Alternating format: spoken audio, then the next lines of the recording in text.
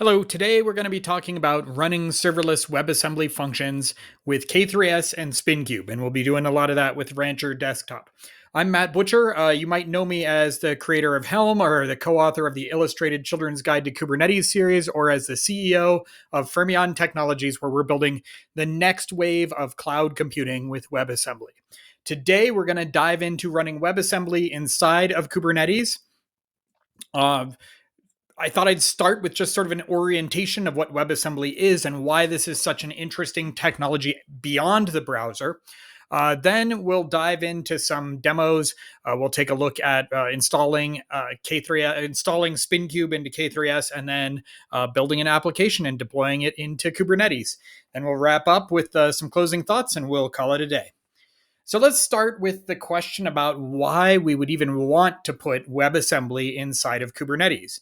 I'm going to orient you first on the kind of cloud computing side, then dive into what WebAssembly is. But, for me, what attracted me in the first place was really a problem.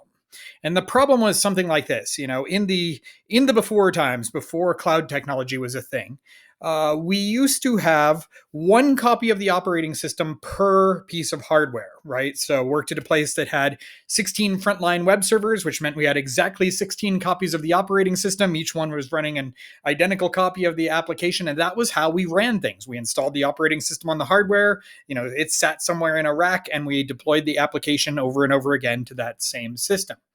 Well, when virtual machines came along, they sort of changed the basic one-to-one relationship. They changed the basic math of how we manage servers. And instead of having a one-to-one relationship, suddenly one hypervisor could run multiple operating systems on the same piece of hardware. My first exposure to virtual machines was really more on the desktop with like Parallels, and that was how I ran Windows inside of Mac, right?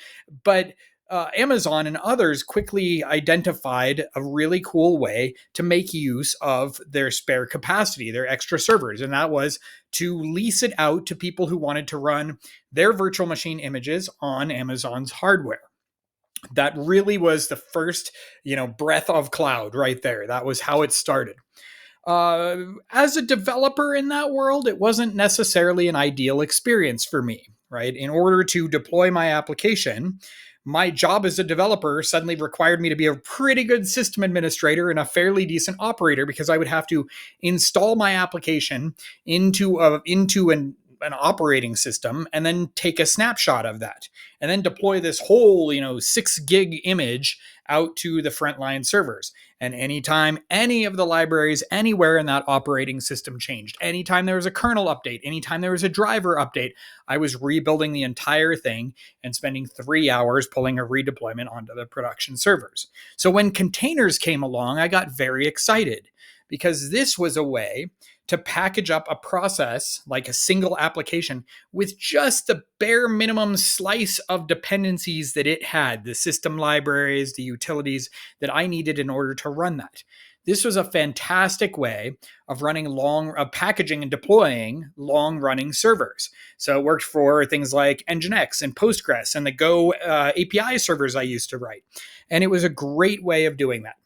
However, while my colleagues and I were working together on a number of projects at Azure, we came to be frustrated with the fact that we couldn't run serverless style applications in a containerized environment terribly well, because they were too slow. Both virtual machines and containers had at least 12 seconds to start, sometimes well into the minutes to start. And that was not fast enough to be able to handle that sort of serverless workload where a request comes in, then you start the handler, deal with the request, return a response, and then shut down the handler. We started looking into the way Azure Functions and AWS Lambda worked, and realized that the way they accomplished the performance they did, which was by no means blazingly fast, but the way they accomplished what they did was by having a huge queue of virtual machines that were just waiting for a request to come in. And a request would come in, the workload would get dropped on that VM, it would execute it, tear the whole thing down, and send the response. That didn't strike us as a terribly efficient way of doing things. So we were looking for kind of a third class of cloud computing that would be perfect for that kind of event handler or serverless function or agent style of workflow. And that's how we ended up landing on WebAssembly. So those of you who have encountered WebAssembly on the browser are probably asking, well, why would we be talking about that really at all in this context? And here is kind of the big intuition for us was we looked at the profile of WebAssembly in the browser and went, this would be ideal dropped into the cloud, right? Pull that runtime out, plop it somewhere on a cloud in a multi-tenant environment, and you could get these very desirable characteristics. So I thought the way I'd approach this is sort of to paint out what the browser features were and show why they were good for the cloud. So the first one is security. When you think about a web browser, realistically, I think the web browser is probably our most trusted piece of software. We really don't think on a day-to-day basis that, maybe if I visit, my favorite news site, something bad might happen and my, operating system will crash, right? We just assume that the browser sandbox will protect us from a multitude of threats. In fact, we're always surprised when any kind of browser-based vulnerability bubbles up to the top. And in fact, there are very few and they happen very rarely. The reason for this is because the browser has a very good sandboxing environment. JavaScript is executed in a sandbox, is not given direct access to your operating system, to your file system, to a number of facilities that would be easy to use if you were trying to hack somebody's system. That sandbox environment, when the team that built WebAssembly began building the specification for it, they realized that sandbox environment had to be even stronger if you were running untrusted binary code. And so the WebAssembly sandbox is an even more secure environment than the JavaScript sandbox in the environment. And the main thing is that you had to protect the JavaScript environment from the WebAssembly environment. And consequently, they developed this very cool feature-based system where you can turn on and off capabilities in the WebAssembly runtime and allow it or disallow it to do a number of things. That kind of sandbox model is ideal in the cloud, because in the cloud, as a cloud operator, you might say you don't want two tenants to be able to attack you or to be able to attack each other. And so you need a good sandboxing environment there. And it turns out the WebAssembly sandboxing environment is fantastic. Now, another problem in the browser that WebAssembly needed to address is the time to render. Google did a lot of research, and their research showed that users' attention begins to wane at about 100 milliseconds of inactivity. So the longer it takes your page to load, the more likely a user is to start looking off into space or checking their phone or looking at something else and to lose their focus. That means cart abandonment goes up, bounce rate goes up, all these undesirable things happen.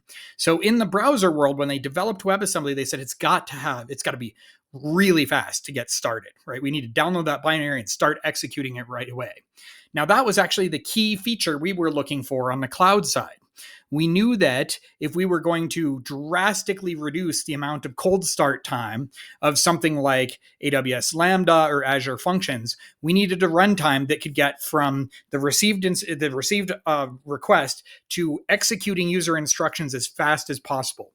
And when we started with WebAssembly, we discovered that compared to Amazon's 200 to 500 millisecond cold start time, we were able to start at about 10 milliseconds. And that was the starting point. Now, a couple of years in, we're at half of 1 millisecond, 0.51 milliseconds to cold start an environment. And we can run thousands of these per node, which means we can effectively schedule one node to have 7,000 different applications on it at a time. And because they're so efficient as they execute, we can deliver at speeds that are well beyond what you would see with something like AWS Lambda. So time to render is the second one. Flexible browser bindings in the browser. They wanted a binary environment where they could say, hey, here's how you could call out to JavaScript, right? You can run this function, but you're only allowed to run this function, right? How do we successfully allow the WebAssembly binary to access just a small set of features that the developer explicitly allows? That extensibility was, again, perfect for the cloud. And it is sort of manifested in a new standard called the WebAssembly System Interface, or WASI, that basically systematizes how the environment can call out to things that would behave like a file system, or things that would behave like a system clock or a socket connection, but it's up to the host runtime to implement the underlying abilities and do it in a safe way. And so because of that, we get this environment where we can begin plugging features in that are appropriate for the cloud. For example, when we look at Spin later, we'll see features for key value storage, relational database, networking, and so on. Now, one really cool thing about the web browser is that browsers run just about anywhere. And that means that languages like JavaScript had to be able to run in environments like, an embedded ARM processor or the, top end multi-processing unit. Basically all kinds of hardware profiles, all kinds of operating systems, and all kinds of environments. So when WebAssembly was built, it too had to play by the same rules the rest of the browser technologies had to. So like JavaScript, HTML, and CSS, you needed to be able to execute the same binary regardless of operating system and regardless of system architecture. Now, it turns out, again, that is a big boon for the cloud. Some of us have worked on Docker images for a long time and know that if you're going to run the same application in ARM and in Intel, you have to build two different images. And sometimes you end up having to rewrite chunks of your code in order to call the right libraries in order to do the kinds of things you want to do. That means you don't get write once and run anywhere. You get multiple Docker files or multiple, and sometimes even multiple code artifacts that you have to maintain just to run on ARM and on Intel. And it's even worse if you have to run on multiple operating systems like Linux and Windows. WebAssembly is the opposite. You write it once, it'll run in any of those environments. All of the binaries compile to a language agnostic, to an operating system agnostic and architecture agnostic environment. And even as we've started to see AI gain ground, we've been able to accomplish the same thing with GPUs as well, so that you can write an inferencing operation that can run regardless of whether you're running on a CPU or a GPU or some other kind of architecture. Finally, the big bet in WebAssembly was if they defined a good binary format, then lots of different language ecosystems would support that format. And in fact, if you take a look at the RedMonk top 25 languages right now, about 23 of them have WebAssembly support. Only Objective-C and CSS do not. And I'm actually told that you can do it with Objective-C. I've just never found anybody who can. So it's one of those things where WebAssembly was designed to be the kind of language or the kind of runtime environment that any language could compile to. And that's fantastic, again, in the cloud, because it means that the same environment can run a Rust binary, a JavaScript binary, a Python binary, a Ruby binary, a Go binary, whatever, because they're all getting compiled to that same actual format. So one last little piece here before we really start to dive in is what do we mean when we talk about serverless? That term started with a fairly specific meaning, then it sort of ballooned out to be sort of a general marketing term that seemed almost devoid of meaning at one point. But if we were to really kind of reclaim it and say, when we say serverless and when we say serverless functions and serverless applications, what do we mean? We mean that it's a development pattern in which a program is just an event handler. It handles an inbound HTTP request, or it handles a Redis pub sub or something like that. But there is no server process that has to manage all of this. So if you've ever built a basic Node application or a Go API server, you know that basically you write the server process and then you basically assign routes into various handlers there. And then when you start it up, you keep that server running all the time. In contrast, a serverless function is not running until a request comes in. Then it starts up, handles just that request, returns a response, and then shuts back down again. There's a very, very simple serverless function here, and you can see it basically handles a request and returns a response, and that's all there is to it. The one we build is actually going to be slightly more sophisticated than this one, but similar in kind. So now we're up to the technologies that we use to run WebAssembly on the server. We built two tools. The first one, Spin, is the developer tool and framework for building serverless functions. So as a developer, when I'm writing code, I'm using Spin. I type Spin new to create a new project. I type Spin build to compile it into a WebAssembly binary, and so on. Spin includes all the bindings for things like key value storage, relational databases, AI inferencing, file system access, or pseudo file system access. Spin is like the tool for bridging the developer to the WebAssembly environment.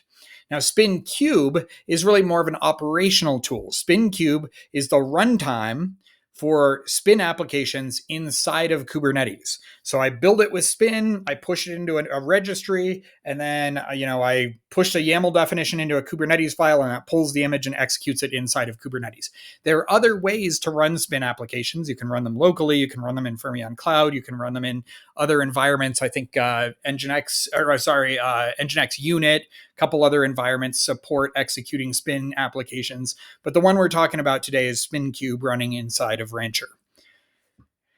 So here's kind of the high level view of Spin. You start out by typing in Spin new. You can select a programming language and a handler type. Then you type Spin build to compile your application. And then if you want to run it locally, you can use Spin test and Spin up. But if you want to deploy it out somewhere, like we'll do later, we'll see SpinKube deploy as a command to push the application up into a Kubernetes cluster.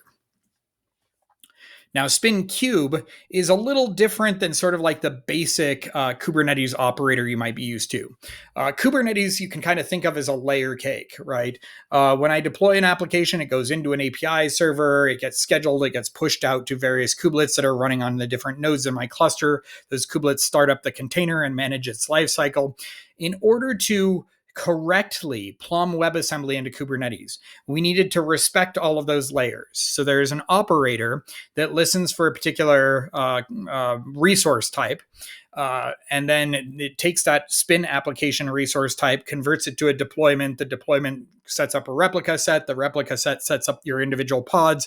The pods get scheduled on the nodes, and it gets piped all the way down to containerd, which pulls that image down from the image registry and starts it up in a containerized environment. In this case, SpinKube plumbs all the way through there so that when that application gets scheduled to containerd says, oh, wait, this is not a container. This is WebAssembly. I've got a WebAssembly shim from SpinKube that I can use to execute this, and it executes the WebAssembly. So this is a fully integrated environment that works with all the regular Kubernetes primitives, right? All your regular commands, all your regular volumes, and all your regular secrets and config maps and SSL certificates. All of that stuff just works because SpinKube essentially plops a WebAssembly runtime natively into Kubernetes. So let's take a look just through some slides here on how to turn this on. There are basically two ways. The easy way is to just use Rancher Desktop. In fact, that's what we're going to do today. Rancher Desktop already has SpinKube built in. So I'll show you a couple of steps in the next couple of slides that you need to do to enable it because it's still listed as experimental. But this is the easiest way to do it. If you've got a recent version of Rancher Desktop, it's literally a matter of clicking a couple checkboxes. Second way you could do it, if you want to install into like k3s or k3s or any other Kubernetes that uses containerd, you can just use Helm and do kind of a multi-step Helm install. You need to have cert manager. You need to have a couple of other prerequisites, but you can install it all pretty easily with Helm in about 5 to 7 minutes. So here's what you do in Rancher Desktop. So you start up Rancher Desktop, you go down to the Preferences menu in the lower left, and first we go to Container Engine, and we make sure that containerd is selected and that the WebAssembly Wasm support down there is enabled. Then we hit apply. That's actually going to restart everything, but you want to let it kind of restart because the next thing we have to do is configure Kubernetes. So again, in that same Preferences tab, you click, or Preferences pane, you click on the Kubernetes tab, and then at the bottom, there's an Install Spin Operator checkbox. You click that, hit apply. Again, it restarts K3s, and when it comes back up, you will have full support. So let's take a look. All right, it's demo time. We're running Rancher Desktop. Everything seems to be up and running. We can see sort of the port forwards and look at the images. We don't have any images yet. We'll create some here in a moment. So we're all set up and ready to go. Now we're just going to create our first Spin app. So Rancher Desktop ships with the Spin binary. So if I do Spin version, I'll see here, I've got the 3.1 version of Spin. I am going to walk through the process of creating a new one, building it, editing it a little bit, building it again, and then deploying it into Kubernetes and kind of seeing how it looks there. So the first thing we want to do is do a Spin new. We're going to create a project called Hello SUSEcon. And let's see. So we've got a number of different templates we could choose from. HTTP listeners in a variety of languages, Redis listeners in a variety of languages. Let's just do a TypeScript one. So I need a description, hello SUSEcon demo. It's going to listen on the HTTP path /... which basically means this one will be responsible for everything under slash. So ... is basically a wildcard. And now if I look, it's created me a new directory. I'm going to cd into that directory. I like VS Code, so we're going to use VS Code to take a look at this project. And if we open that up, we will see we've got some config that we don't have to worry about. We've got a source directory that has our index file in it. We've got the old usual familiar git ignore, npmrc, package.json, tsconfig, webpack, all files we're used to using when we work with TypeScript and with JavaScript. But the spin.toml file here is important. This tells Spin everything it needs to know about how to build and execute this app. So we can see the metadata here. Some was pulled from my environment. Some was pulled from the questions we answered during the wizard. And then we've got a trigger declared. And this says for HTTP requests, when they match the route / or anything under /, execute this particular component here, hello SUSEcon.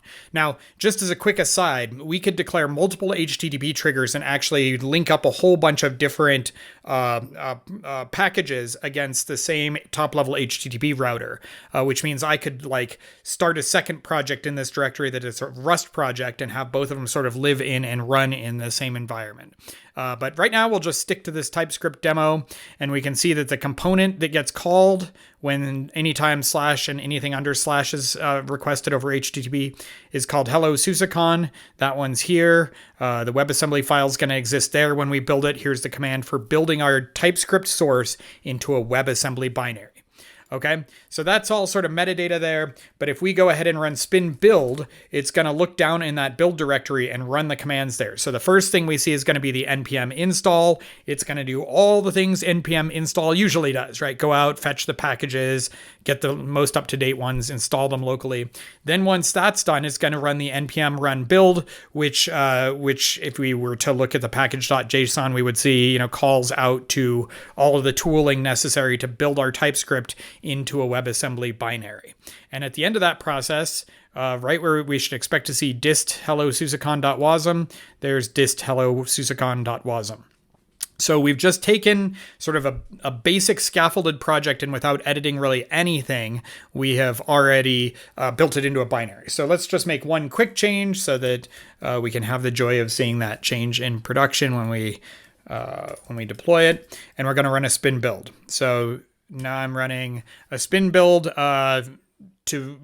doesn't need to do the npm install this second time, so it's just going to build. It's going to be a lot faster.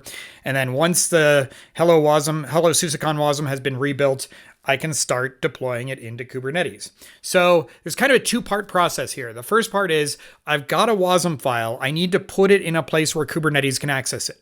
So we are going to package it up and push it into an OCI registry, like the typical OCI, or sometimes we call them Docker registries, right? Docker Hub is an example, ACR, ECR, there's a bunch of vendor-specific ones, Quay, GHCR, the GitHub container repository. Those are all examples of OCI registries. We are going to package this Wasm file into the same format that a container uses. We're not putting the Wasm file into a container. We're just packaging it using the same packaging technology that we use for containers. So all I have to do for that is to do a spin registry push. And I'm going to push it to a registry called ttl.sh, which is a nice lightweight registry that deletes your files every hour. So it's great for, testing scenarios like this, but obviously not where you want to store real images for production and such. So we'll push to a registry ttl.sh /hello SUSEcon with a timeout of 1 hour. We're going to push that up right now. That'll take just a moment. And once it's there, just like when we push containers into a registry, we now have a container reference. So once we've got that container reference, we could generate the YAML files via Helm chart, by manually generating YAML or whatever. But Spin has a great tool built into it where we can just deploy directly from the project. and just tell it where the image lives, and it'll build all of the necessary manifests for us. So there's a way to, you can also just do a SpinKube scaffold, and it'll dump all the YAML out. So if you want to insert it into a Helm chart or something, that's easy enough. But for us, we're just going to deploy it directly. So that pushed all the manifests up into our Rancher desktop instance. So let's head over to a terminal. I mapped the k alias to kubectl. So now I can do k get spin app. And I see there's my hello SUSEcon spin app. Now again, as I just discussed, SpinKube is plumbed all the way through Kubernetes. So if I did a k get deployment pod service, I will see that we've got a hello SUSEcon deployment. I could do this with replica sets. You'd see a replica set under there, and then 2 pods that are spun up, and then under that, we've got the services that are routing traffic in. And if I did a k get pod on the manifest, I'd see it there. I could do the output YAML, and we'll see it's just a regular pod definition. Just a regular pod, except that instead of pointing to a container, it points to a WebAssembly binary. So if we, kind of scroll up here, we'll see all the secrets and things like that we would normally expect to see. But if we go up to where the image is declared and everything, we'll see that it's actually referencing our Kubernetes, our OCI image that has the WebAssembly binary in it. So that's essentially what we're dealing with, right? We've plumbed it all the way through Kubernetes. So again, I didn't check to make sure we're actually running it, but if I check the k get spin app, I think we should be running here, right? Yep, so we've got 2 ready. So that's 2 listeners sitting on 2 different nodes, ideally, that are both listening for requests. But currently, no WebAssembly is actually running. So let's open up a port forward. K port forward. We've got our hello SUSEcon service, and we're just going to map port 8083 to the internal port 80. And then if we open up a new terminal, we should be able to curl localhost 8083 and see our hello SUSEcon. So again, we've just plumbed in a WebAssembly module side by side our container ecosystem using SpinKube. And we can come on back out and deleting, just a k delete spin app hello SUSEcon, and we've just deleted our whole app. So the cool thing about this environment is that we get all of this WebAssembly goodness, right? A nearly instant cold start time, 0.5 millisecond cold start time for each of these serverless functions, which means we can run literally thousands and thousands of these on each node of our Kubernetes cluster and get really high density. And we can scale up and scale down very efficiently. And on small and embedded devices, we can actually squeeze a lot better performance out of WebAssembly than we could out of containers. So there, on both the small side and the big side, there are big advantages to using WebAssembly, but you don't have to learn a whole lot of new stuff, right? You use your existing tools like VS Code and your existing Kubernetes command line tools and just a couple of spin commands, and you are off to the races. So that's it for the demo. We'll just close up with some references. Plenty of resources for you to get started. You might want to snapshot this particular screen. Spin, you can head over to developer.fermyon.com. Spin and SpinKube are both now part of CNCF. They were officially accepted in January of 2025. And so right now, all the assets are being moved over. So currently, the latest developer docs are at developer.fermyon.com. However, shortly, they will be redirected to their new home under CNCF. But you can head over to github.com/spinframework and see Spin, SpinKube, all of the related projects all there. If you want to jump into Slack and chat about this, the CNCF Slack has a Spin channel and a SpinKube channel. The developers who have created these projects are all hanging out there. Also, we look forward to seeing people at various CNCF events over the coming year. Thanks a lot for coming. I hope you learned a lot. Again, this is all built into Rancher Desktop, and so you too can get started in just a few minutes. Thanks for your time. Bye.